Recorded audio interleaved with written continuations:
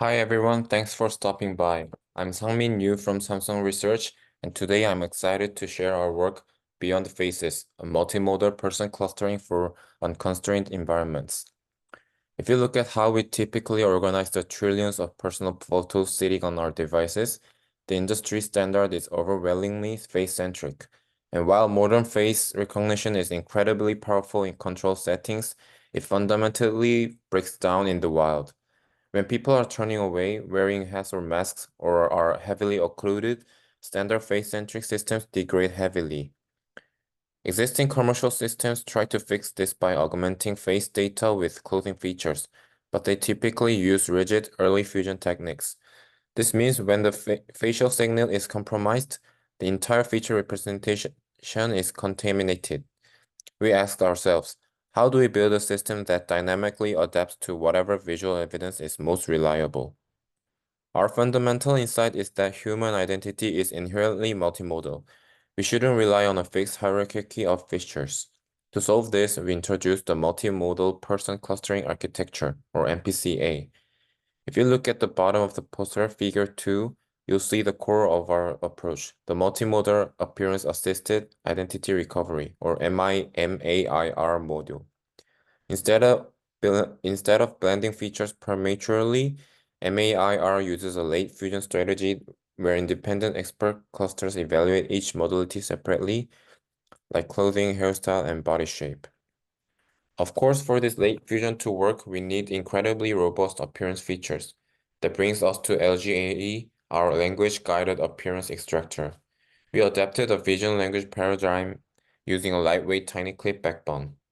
Instead of relying on fixed attributes, we use learnable tokens in our text prompts. This allows the model to self-discover fine-grained semantic patterns directly from the data.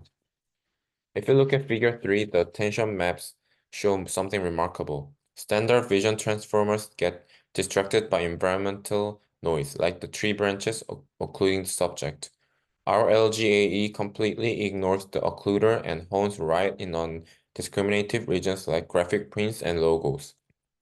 To handle the high variance of these appearance features, we developed sequential graph density clustering, or SGDC. We first use a GCN to capture global relationships and long-range similarities.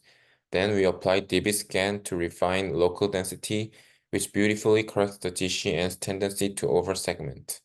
As you can see on our ablation study in Table 1, this global local synergy yields a massive boost, pushing our F1 score to an impressive 98%. So how does this perform in the real world? We deployed the entire pipeline on device, prioritizing user privacy without needing any server-side computation. Table 2 highlights our end-to-end results. MPCA achieved the highest average recall of 87%.